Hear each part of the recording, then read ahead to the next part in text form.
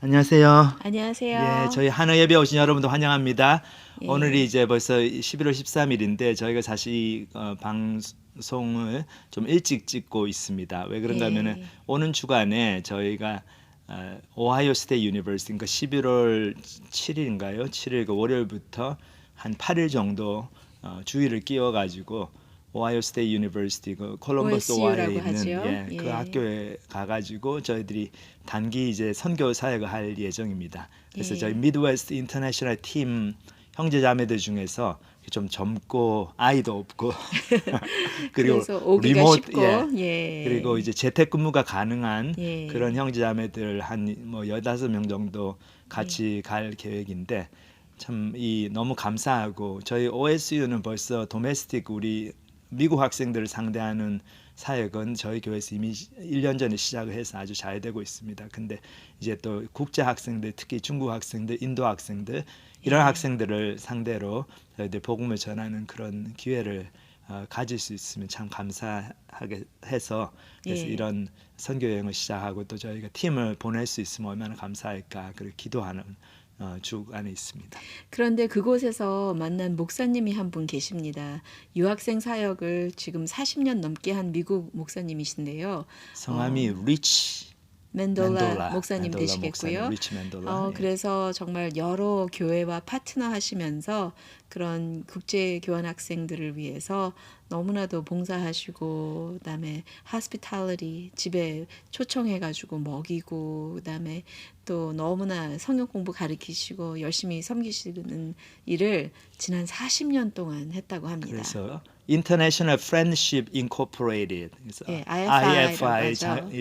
그분도 이제 IFI 이렇게 부르는데 그 단체를 조직을 해가지고 지금은 40개가 넘는 캠퍼스에 사역하고 있고 저희가 예. 사실 지난주에 잠깐 방문을 했습니다. 그 예. 주말만 토요일하고 주일 방문했는데 그때 마침 시간이 돼가지고 그 맨돌라 목사님이 집에서 하는 그 가정 예배, 가정 교회 그 예배에 참석을 할 수 있었죠. 같이 예. 저희 집사람하고 참석을 했는데 거기서 저희들이 이제 여러 목사님의 참 은혜로운 간증도 듣고 그랬는데 그때 하나 깜짝 놀란 게 우리 목사님 가정이 아이가 네. 여섯이에요. 여섯 40년 아이 동안 자녀가 아이 있고 자녀들을 6명을 키우시고요. 그다 지금 그리고 응손주가 4명이나 일곱 되시죠. 명, 일곱 명, 일곱 7명이었나요? 명이었어요.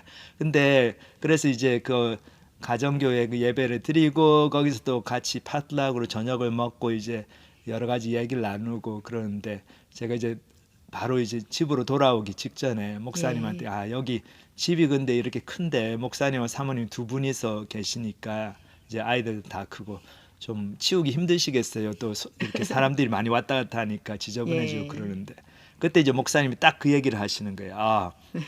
잠언 말씀을 인용하시면서 예. 딱 잠언 얘기를 하시는데 14장 4절 말씀이죠. 이 말씀 저희 오늘 같이 생각해 보도록 하겠습니다. 한번 읽어 주시죠. 소가 없으면 구유는 깨끗하려니와 소의 힘으로 얻는 것이 많으니라. 목사님이 딱 이 말씀을 주시면서 예. oxen이 없으면 소가 없으면 집은 깨끗하지만 깨끗하지만 소를 통해서 얻는 게 얻는 게 많다. 많다. 예. 그래서 아이 여섯 키우고 또 여기저기 캠퍼스 사역하고 학생들을 개척하시고 모으고 얼마나 먹이고 힘드시겠어요. 예. 근데 그래서 힘들었지만 예. 그런 거를 불편하고 힘들지만 그거를 참으시면서 하셨기 때문에 오늘날 이렇게 많은 캠퍼스에서 우리 학생들이 도움을 예. 받고 이제 복음을 듣고 이제 이렇게 그렇게 하나님께서 일하시는 모습 보면서 너무 격려를 받았습니다. 저희도. 예. 혹시 저희가 좀 아유 이거 너무 일이 복잡해질 것 같아. 너무 힘들 것 같아 하는 마음으로 좀 하나님의 일을 주저하고 계시진 않은지요. 이 말씀이 참 좋은 것 같습니다. 소가 없으면 구유는 깨끗하려니와 소의 힘으로 얻는 것이 많으니라. 일을 벌리면 복잡한 일이 많죠. 관계도 힘들어질 수 있고 몸도 피곤하고 아주 좀 관계 가운데서 스트레스를 많이 받을 수 있는 그런 것들도 많이 있는데요.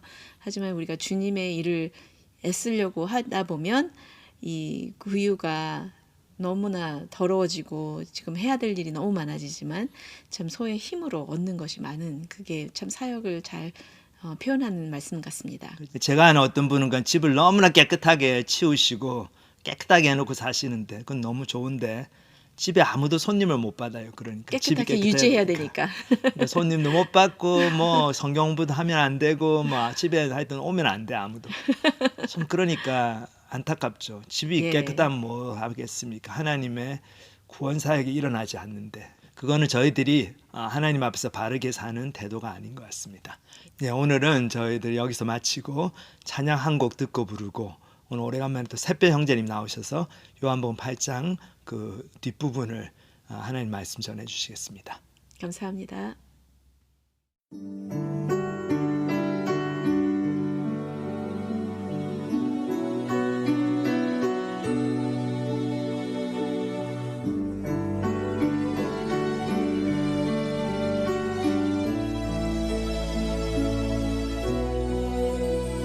나의 갈 길 다가도록 예수 인도하시니 내 주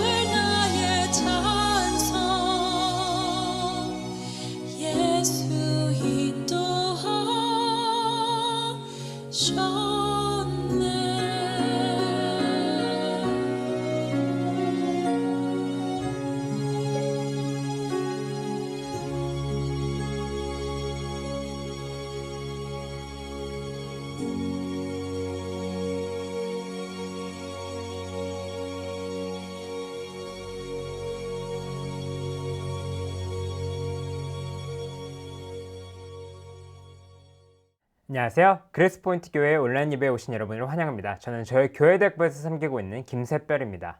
정말 벌써 11월 달인 게 느껴지지 않는데요. 날씨도 꽤나 쌀쌀해지면서 연말이 다가오는 것 같습니다.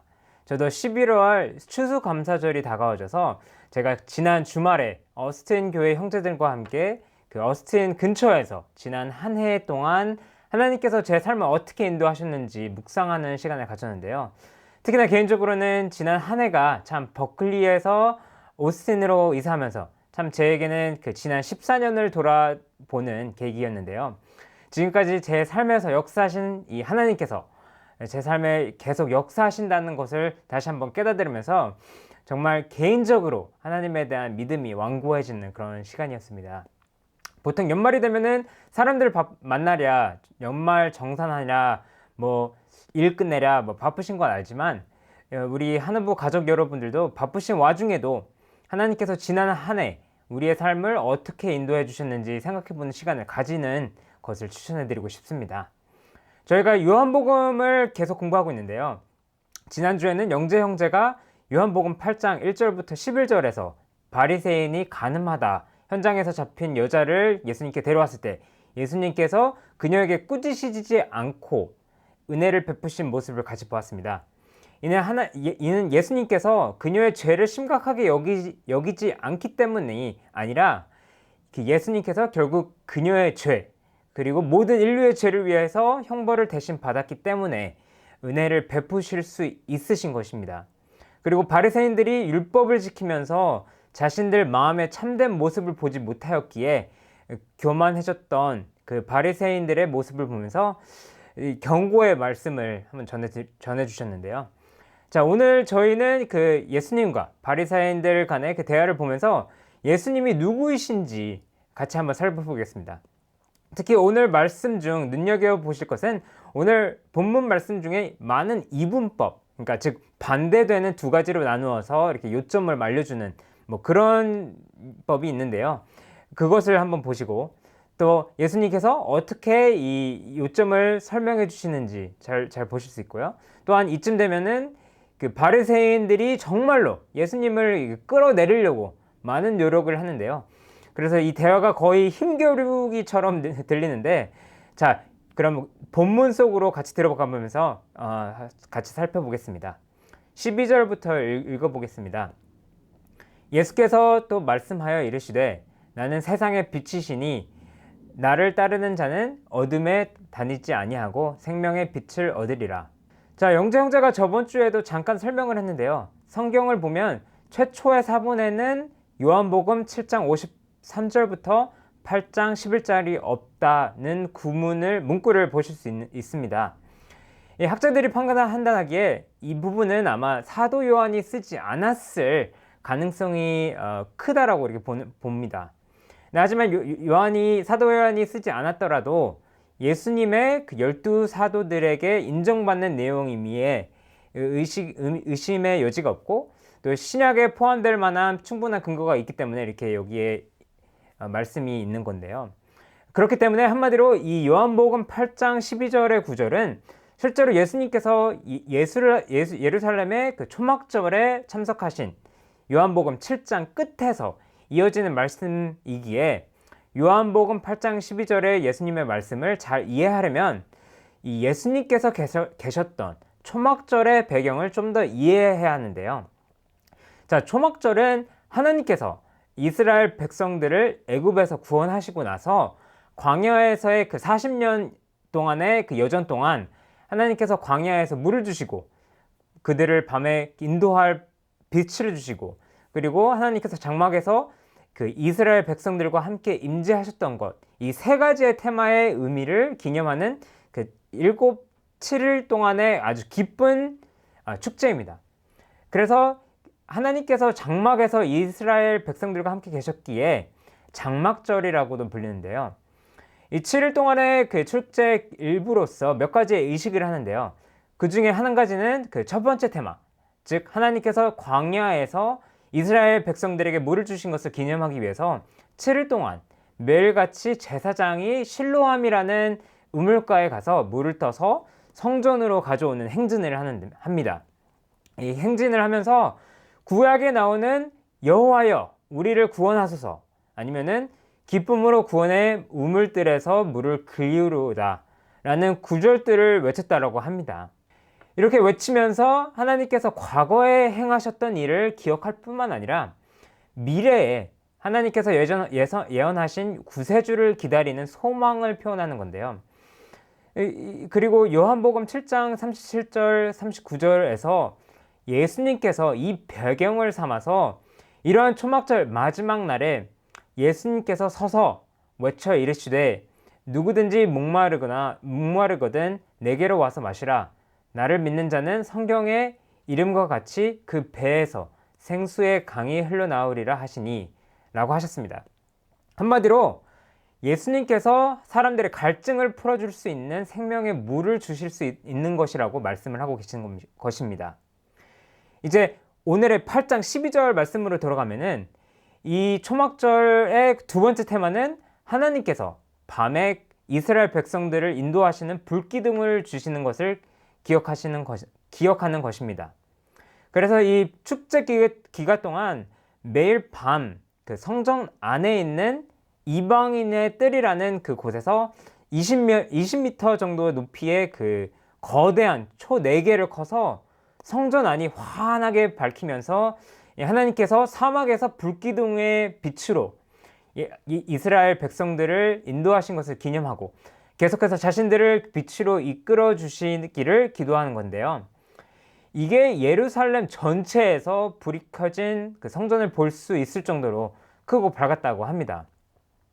자, 그럼 이 배경에서 20절을 보면은 초막절이 시작된 지 8번째 되는 날, 그러니까 즉 초막절이 끝나고 나서 모든 빛이 꺼진 날에 현금한 금처, 한마디로 그 초막절에 그 계속 불을 비췄던 거대한 초가 있었던 이방인들의 뜰에서 이 말씀을 하십니다. 나는 세상의 빛이다. 그러니까 나는 세상의 빛이니 나를 따르는 자는 어둠에 다니지 아니하고 세상의 빛을 얻으리라. 다시 말해서 예수님께서 사람들이 이러한 초막절을 통해서 염원하는 자신들을 어둠에서 인도하실 참된 빛이라고 사람들에게 말씀하고 계시는 것입니다. 또한 그 예수님께서는 나는 세상의 빛이니 라고 하실 때 그 나는이라는 표현이 사실 매우 의미 있는 표현인데요. 뭐 별 의미 없는 나는 김새별입니다 처럼 그냥 저희가 자기소개할 때 쓰는 흔한 표현인 것처럼 생각할 수 있는데요. 사실 예수님이 쓰시는 그 나는의 그 헬라어를 보면은 에고 에이미라고 이렇게 불려지는데요. 모세가 하나님의 이름을 물었을 때 하나님이 모세에게 나는 스스로 있는 자이라 말씀하시면서 쓰셨던 그 하나님의 이름이자 표현입니다. 즉 예수님께서 구약에 하나님께서 자신을 칭하셨던 표현을 쓰시면서 자신이 하나님이고 사람들을 구원으로 인도해 주실 빛이자 구약에서 예언으로 사람들이 염원하고 있는 메시아라고 말씀하고 계시는 것입니다. 자, 저희가 저희 삶을 살면서 우리 인생이 어디로 가고 있는지 몰라 그 암흑 속에서 걷고 있는 것 같은 그 시간들을 자주 경험을 합니다. 우리가 갈 수 있는 길들이 많을 뿐만 아니라 무엇이 옳고 그른지를 몰라서 마음이 혼란과 갈등으로 차게 되는 것인데요. 이러한 저희들에게 예수님께서 자신이 저희들을 이끌어 주실 빛이자 불기둥이 되실 수 있다라고 말씀하고 계시는 것입니다. 예수님께서 빛이 되어주시는 한 가지 방법은 예수님의 말씀을 통해서 저희가 세상을 명확히 볼 수 있게끔 해주시기 때문입니다. 이 빛의 존재를 느끼는 것은 빛의 원천을 바로 쳐다볼 때 당연히 느껴지죠. 근데 태양을 바로 쳐다보면은 사실 어렵긴 어렵습니다. 근데 그래서 빛의 존재를 사실 우리 삶에서 느끼는 것은 원천에서 나온 빛에 다른 사물들이 반사되어서 우리가 그 사물들을 명확히 볼 수 있을 때 참 절실하게 느껴지게 됩니다. 이와 같이 그 예수님의 말씀을 통해서 세상을 바라볼 때 우리 자신이 누구이고 그리고 이 세상이 왜 이렇게 돌아가는지를 명확하게 볼 수 있게 됩니다. 예수님의 말씀을 통해서 이 세상이 정말로 속죄에 찌들어져 있다라는 것, 그리고 우리가 이 세상에 잠시 머물러 가는 그 천국으로 가는 나그네와 같은 삶이라는 것, 세상이 예수님을 이해하지 못하고 멸시했던 것처럼 예수님을 따르는 우리들을 이해하지 못하고 멸시할 것이라는 것입니다. 자, 하나부 가족 여러분들 중 예수님이 누구신지 계속 알아가고 계시는 분들이 있는 것을 아는데요. 저희가 삶을 살면서 암흑 속에 있는 것처럼 느껴질 때, 그럴 때 예수님께 다가가서 그분의 말씀이 진정으로 우리의 길을 비춰줄 수 있는지 시험해 보시면서 예수님이 정말로 예수님께서 말씀하셨던 빛이신지 아닌지를 알 수 있는 그 마음을 가지시기를 제가 제안하고 싶습니다. 몸소 체험하시면서 예수님의 말씀을 테스트할 수 있는 것이죠.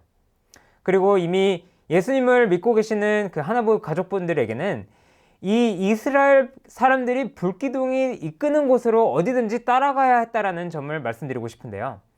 사막 가운데서 불기둥을 따라가며 가야지 그 불기둥으로 나오는 빛을 통해서 길을 볼 수 있기에 불기둥을 따라가지 않으면은 어둠 속에 남게 되는 것이죠. 마찬가지로 우리는 그 예수님이 저희를 인도하시는 곳으로 가야 합니다. 예수님을 따르지 않는다는 것은 저희가 어둠 속에 있는 것을 의미하는 것이죠. 그리고 저희가 따르는 예수님의 길은 궁극적으로 십자가로 향합니다. 예수님을 따르는 삶, 장미꽃으로만 채워진 길이 아닙니다. 어떨 때는 고통과 희생이 수반되어진 길이지만 예수님과 동행하면서 그 고통의 길 끝, 천국으로 저희를 인도해 주시기 때문에 저희가 예수님을 따를 수 있게 되는 것입니다. 암흑 같은 삶의 길에 놓인 것처럼 느끼시다라면은 예수님의 말씀에 불기둥을 찾으시기를 제가 기도를 하겠습니다. 자, 그러면 본문으로 다시 돌아가 보겠습니다. 바리새인들이 이르되 내가 너를 위하여 증언하니 내 증언은 참되지 아니하도다. 예수께서 대답하여 이르시되 내가 나를 위하여 증언하여도 내 증언이 참되니 나는 내가 어디서 오며 어디로 가는 것을 알거니와 너희는 내가 어디서 오며 어디로 가는 것을 알지 못하니라. 자, 13절에서 바리새인들이 말하고 있는 것은 그때 당시 그 이스라엘에서 그 두 증인이 있어야 어떤 사실에 대한 논쟁에 법적 효력이 생기는 그런 법률 절차를 말하고 있는 것인데요. 한마디로 예수님께서 자신에 대해서 말씀하실 때 바리새인들은 뒷받침해줄 증인들이 없으니까 말 못 묻겠다 이렇게 말을 하는 것입니다. 사실 그 바리새인들의 이 논쟁 포인트는 요한복음 5장에서 예수님이 바리새인들과 나눈 그 대화와 매우 유사한 대화인데요. 그때부터 계속 물어보는 것입니다. 그때는 그 예수님께서 세례 요한, 예수님께서 이미 베푸신 기적들, 그리고 그 예수님이 누구신지를 예언하는 성경이 자신을 증거한다라고 이렇게 대답을 하셨는데요. 여기 7장에서는 예수님께서는 자기에 대하여 증언하시되 자신이 어디서 오며 그 어디로 가는지를 알기에 그의 증언이 참되다고 말씀을 하십니다. 이게 근데 처음을 들으면은 이게 무슨 말이지? 이렇게 의아해할 수도 있는데요. 한마디로 그 예수님께서 사람들이 기다려왔던 참된 빛이자 구원자라는 영적 진리를 사람들에게 선포하고 있는데 이 영적 진리를 확인시켜줄 유일한 사람이 천국에서 오셔서 천국으로 돌아가는 그 예수님밖에 없다라는 말입니다. 사실 이 세상의 다양한 곳에서 우리가 어떠한 삶을 살며 우리의 미래를 이끌어주는 진실을 주겠다는 그 말을 하는 것을 다양하게 듣게 됩니다. 어떠한 학교에 그 자녀들을 보내야 하는 것을 말해주는 옆집 아주머니가 될 수도 있고요. 아니면은 화려한 스타일의 그 집을 그 TV에서 보여주며 이러한 삶이 그 좋은 삶이라고 말해주는 유명 인사일 수도 있고요. 아니면은 이 삶을 어떻게 살아가야 하는지 지필한 그 존경받는 작가나 사상가들일 수도 있습니다.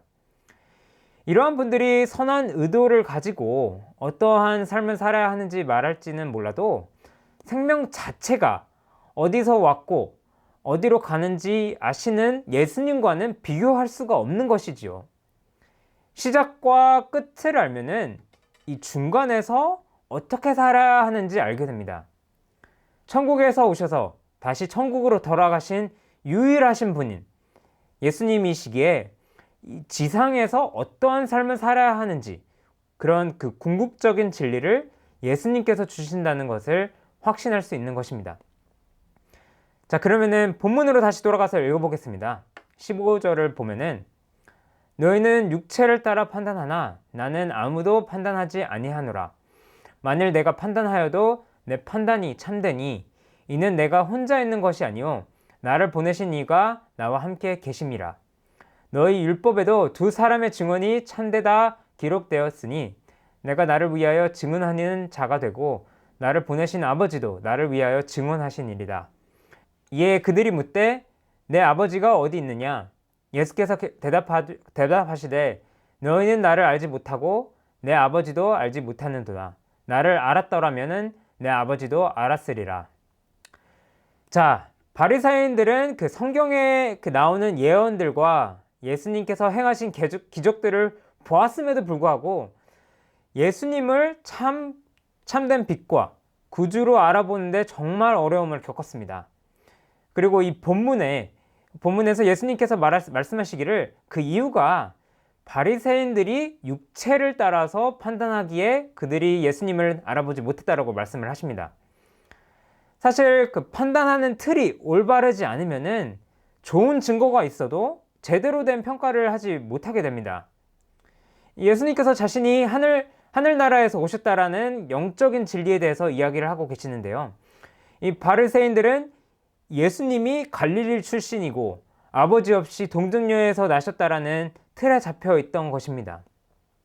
이 19절에서 내 아버지가 어디 있느냐라고 물어보는 것도 예수님께서 동정녀에게 나셨다라는 것을 들으면서 그에게 전혀 자신들의 이해 범위 틀에서 벗어나기 때문에 그것을 삼아서 예수님을 모욕하려는 의도였을 것입니다.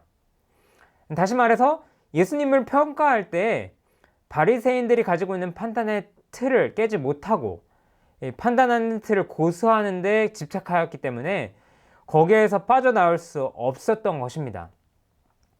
저희 하나보고 가족분들 중에서도 예수님께서 누구신지 배우고 계시는 분들이 있는 것을 압니다. 저희가 성경을 듣고 예수님이 누구신지 그리고 예수님께서 말씀하는 것이 옳은가를 판단할 때도 저희가 가지고 있는 그 세상에 근거한 판단의 틀만 고수하려고 있는지 모르겠네요. 예를 들어서 기적은 일어날 수 없기에 예수님 말씀은 사실 수가 없다. 아니면은 하나님이 눈에 보이시지 않기에 하나님께서 내 눈앞에 나타나서 확실하게 존재를 증명하지 못한다라면은 하나님을 절대로 믿지 않을 것이다. 이러한 생각을 가지실 수도 있을 텐데요. 우리의 틀이 육신에 근거한 것이기에 우리가 보고 있어도 모든 증거를 놓치고 있는 것이 아닌지 생각해 보아야겠습니다. 자, 그러면 다시 본문으로 돌아가자면은 21절을 보면은 다시 이르시되 내가 가리니 너희가 나를 찾다가 너희 죄 가운데서 죽겠고 내가 가는 곳에는 너희가 오지 못하리라. 유대인들이 이르되 그가 말하기를 내가 가는 곳에는 너희가 오지 못하리라 하니 그가 자결하려는가? 예수께서 이르시되 너희는 아래에서 났고 나는 위에서 났으며 너희는 이 세상에 속하였고 나는 이 세상에 속하지 아니하였느니라. 그러므로 내가 너희에게 말하기를 너희가 너희 죄 가운데서 죽으리라 하였노라. 너희가 만일 내가 그인 줄 믿지 아니하면 너희 죄 가운데서 죽으리라. 그들이 말하되 내가 누구냐? 예수께서 이르시되 나는 처음부터 너희에게 말하여 온 자니라. 내가 너희에게 대하여 말하고 판단할 것이 많으나 나를 보내신 이가 참되심에 내가 그들에게 들은 그것을 세상에 말하노라 하시되 그들은 아버지를 가리켜 말씀하신 줄을 깨닫지 못하더라. 자, 이 본문 21절 그리고 24절에서 예수님께서 강조하시는 것은 예수님이 없으면은 저희들이 죄 가운데서 죽을 것이라는 것이기에 그들이 예수님이 계시는 동안 그분이 누구신지 알고자 하는 것에 힘써야 함을 강조하고 계십니다. 한마디로 우리 모두가 하나님의 뜻을 거역하고 반역하는 죄를 지었기에 우리가 예수님을 구주로 알아보지 못한다면 심판을 받게 되는 것입니다. 그렇기에 예수님이 누구이신지에 대한 질문에 대답에 따라서 우리의 영생이 결정이 됩니다. 자, 그렇기에 바리새인들이 예수님 바로 앞에서 보고 들었지만 예수님을 구주로 알아보지 못하였기에 하나님께 구세주를 보내달라고 부르짖지만 참된 구세주를 알아보지 못한 채 그 죄 가운데서 죽는 비극적인 모습을 보게 되는 것이죠. 자, 그러면은 왜 바리새인들은 예수님을 구주로 보지 못하였을까요? 25절을 보면은 심지어 예수님께서는 바리새인들에게 자신이 누구인지 거듭해서 말씀하셨다라고 말씀하십니다. 한 가지 이유를 생각해 보면은 그들이 진정으로 예수님을 알고 싶어 하지 않았기 때문입니다. 25절에 그 내가 누구냐라는 질문을 예수님께 하는 것을 볼 수 있는데요. 진실한 마음으로 묻는다라면은 이게 사실 매우 훌륭한 질문이죠. 그러나 학자들이 그 내가 누구냐의 그 헬라어 그 표현들이 어떻게 쓰였는지를 보면서 바리새인들의 그 질문이 단순하게 그 누구입니까? 라고 물어보는 것이 아니라 경멸하는 조의 그 표현이라고 지적을 합니다. 예수님께서 자신이 누구신지 계속해서 말씀하셨지만 진실을 찾는 데 질문을 하는 대신에 항상 예수님을 함정에 빠뜨리는 질문을 하면서 예수님을 비난하고 질책할 마음만 가졌던 것입니다. 그 바리새인들은 오늘 본문에서 예수님께 참 많은 질문을 했는데요. 이 모든 질문들이 사실 비꼬는 그리고 적대적인 질문입니다. 내 아버지가 어디 있느냐라고 물어보면서 예수님께서 동정녀에서 낳으신 것을 조롱하고 그 당시에 자살하는 것이 최악의 심판으로 여겨졌기에 예수님에게 그가 자결하려는 것인가? 라고 물어보고 예수님께서 자신이 누구인지를 계속 알려주셨지만 조롱하는 쪽으로 내가 누구냐? 라는 질문을 하는 것이죠. 진정으로 물어봤다라면 예수님이 누구인지 참 발견하는 데 도움이 됐을 텐데 그들의 마음이 이미 굳어져 있었습니다. 자, 저희들도 그러면은 저희들이 이미 가지고 있는 선입관을 버리고 잠시만 이 대화가 이루어지는 상황으로 들어가 본다고 상상을 해서 예수님을 한번 같이 살펴봅시다. 자, 예수님이 누구입니까? 이 질문이 여기서 이제 화두인데요. 이게 그 바리새인들이 던진 질문이기도 합니다. 사실 이 질문이 전 인류를 나누는 질문이기도 합니다. 어떤 사람들은 예수님이 사회 전체의 도덕적 가치를 고양시키시고 가르쳐준 훌륭한 선생님이라고 합니다. 어떤 사람들은 예수님께서 가난하고 약자를 옹호하시면서 사회의 그 새로운 패러다임을 제시했지만 권력에 굶주린 기성 집단에 의해서 짓밟힌 혁명가였다라고 이렇게 말을 합니다. 그리고 어떤 사람들은 예수님이 어떻게 적들까지도 사랑하는 좋은 사랑의 본보기를 보여주시는 그 분일 뿐이라고 이렇게 말을 합니다. 자, 이 모든 것이 그 부분적으로 사실일 수도 있는데요. 예수님은 자신이 누구인지는 혼동할 여지가 전혀 없게 계속해서 선포하셨습니다.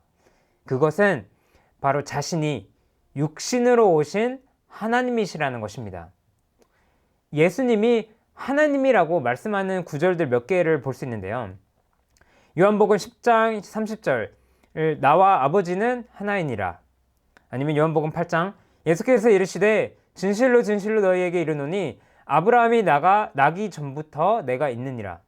아니면 요한복음 5장 유대인들이 이로 말미암아 더욱 예수를 죽이고자 하니 이는 안식일을 범할 뿐만 아니라 하나님을 자기의 친아버지라 하며 자기를 하나님과 동등으로 삼으심이로라. 자, 하나님께서 육신으로 이 땅에 오신 예수님, 우리를 사랑하시사 우리의 죄를 위하여 죽으시고 부활하신 예수님. 제가 기도하는 것은 하나부 그 가족 여러분들이 이 예수님이 누구이신지를 진정으로 찾으시면서 찾으라, 그리하면 찾아낼 것이다 라는 그 예수님의 말씀을 체험하시게 되시기를 제가 기도하겠습니다. 자, 그러면 마지막 구절에서 그 예수님께서 자신이 누구인지를 저에게 가장 명확하게 알려주시는 것을 볼 수 있는데요. 28절부터 30절을 같이 읽어보겠습니다. 자, 28절을 읽어보면은, 이에 예수께서 이르시되 너희가 인자를 든 후에 내가 그인 줄을 알고 또 내가 스스로 아무것도 하지 아니하고 오직 아버지께서 가르치신 대로 이런 것을 말하는 줄도 알리라. 나를 보내신 이가 나와 함께 하시는도다. 나는 항상 그가 기뻐하시는 일을 행함으로 나를 혼자 두지 아니하였느니라. 이 말씀을 하심에 많은 사람이 믿더라. 자, 이 구절에서 예수님께서 누구신지 알 수 있는 방법을 예수님께서 직접 이렇게 말씀을 하시는데요. 28절을 보면은 너희가 인자를 든 후에, 그러니까 한마디로 예수님이 십자가에 들려 올려주셔서 못 박히신 것을 볼 때에 우리가 예수님이 진정으로 누구신지를 알 수 있다는 것을 말씀하시는 것입니다. 자, 그렇다면은 십자가에 매달리신 예수님께서 그분이 누구신지를 저에게 어떻게 보여주시는 걸까요? 자, 첫 번째는 십자가는 예수님께서 아버지의 뜻에 그 십자가의 고통과 그 죽음까지도 순종하시는 하나님의 아들이심을 보여주십니다. 28절과 29절에서 그 예수님은 자신이 스스로 아무것도 하지 않고 오직 아버지께서 가르치신 대로 하신다라는 것을 강조하는 것을 볼 수 있는데요. 거기에다가 항상 하나님의 뜻대로 순종할 뿐만 아니라 항상 하나님이 기뻐하시는 일을 하신다고 말씀을 하십니다. 하나님 아버지의 마음과 뜻에 정말로 하나 되신 분이기에 하나님 아버지를 예수님께서 전적으로 순종하실 수 있는 것이죠. 저희가 사실 구세주가 가진 특징적인 면을 생각해 볼 때 순종이라는 단어는 사실 쉽게 다가오지 않는 건데요. 그보다 어벤져스 영화 같은 것을 보면은 그 강력한 힘이 필요한 그런 영웅들을 생각하기 쉽지요. 하지만 하나님께서는 하나님의 말씀에 전적으로 순종하셔서 십자가에 달려 죽으신 예수님으로 이 세상을 구원하셨습니다. 이 세상의 논리로는 이해하기 힘들지만 우리의 죄를 심판하시면서 우리를 계속 사랑하시는 방법이 우리를 위해서 대신 희생하신 방법이기에 하나님의 뜻을 순종하시면서 그 예수님께서 우리를 구하여 주신 것입니다. 두 번째로 그 십자가는 예수님이 말씀하셨던 대로 죽음에서 부활하신 분임을 저희가 알 수 있습니다. 십자가에 못 박히신 후에 3일 뒤에 부활하신 것은 예수님께서 참으로 사망을 이기시고 믿는 자들에게 영혼을 주시는 구원자이심을 보여주시는 것입니다. 사도 바울이 고린도전서 15장 17절에서 이렇게 말을 했는데요. 그리스도께서 다시 살아나시는 일이 없으면은 너희의 믿음도 헛되고 너희가 여전히 죄 가운데 있을 것이요. 이 세상의 삶뿐이면 모든 사람 가운데 우리가 더욱 불쌍한 자이니라. 한마디로 만일 예수님께서 부활하시지 않으셨다라면은 그런 예수님을 박해를 받으면서까지 따르는 우리는 가장 불쌍히 여겨져야 하는 사람이라는 것입니다. 하지만 예수님께서는 자신이 그 십자가에서 죽으시고 부활하실 것이라는 것을 3번이나 반복하셨습니다. 그리고 예수님이 예언하신 대로 정말로 그게 일어났지요. 그렇기에 우리 또한 예수님의 십자가를 통해서 예수님께서 죽으시고 부활하신 분이라는 것을 상기할 수 있습니다. 그리고 마지막으로 십자가를 통해서 예수님이 원수를 포함한 모든 인류를 위해 자신의 목숨을 버리신 분임을 알 수 있습니다. 오늘 본문 전체에서 바리새인들이 예수님을 모욕하며 조롱하는 쪽으로 계속 그 대화를 하고 있죠. 뭐 내가 아버지가 어디 있느냐, 그가 자결하려는가, 내가 누구냐 식의 질문을 하면서 그들은 예수님을 만나기를 완강히 거부하고 있습니다.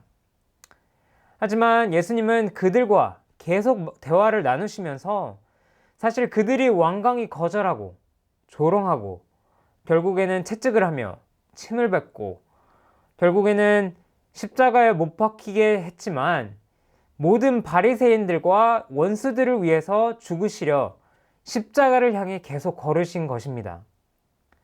이 예수님은 십자가 위에서 고통에 차 매달려 계시면서도 아버지, 저들을 사하여 주옵소서, 자기들이 하시는 것을 알지 못함이니라 라고 외치신 분입니다.